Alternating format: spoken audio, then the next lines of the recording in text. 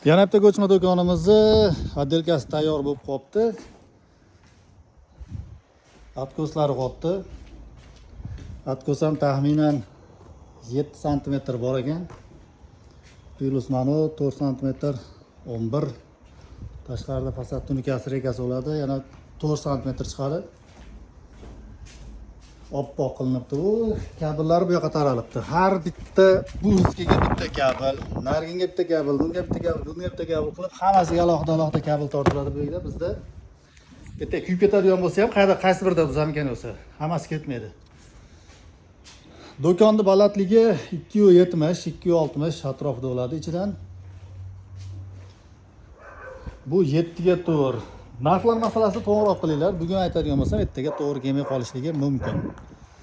Farg'ona bilan Samarqandda filiallarimiz bor. Hozir bu Farg'onada turibmiz. Utubitillar yaxshi qilinadi. Penoplast, deklavata, poltaxta, linoleum, linoleum tagidan tunuka bo'ladi, yana ostida penoplastlari bo'ladi.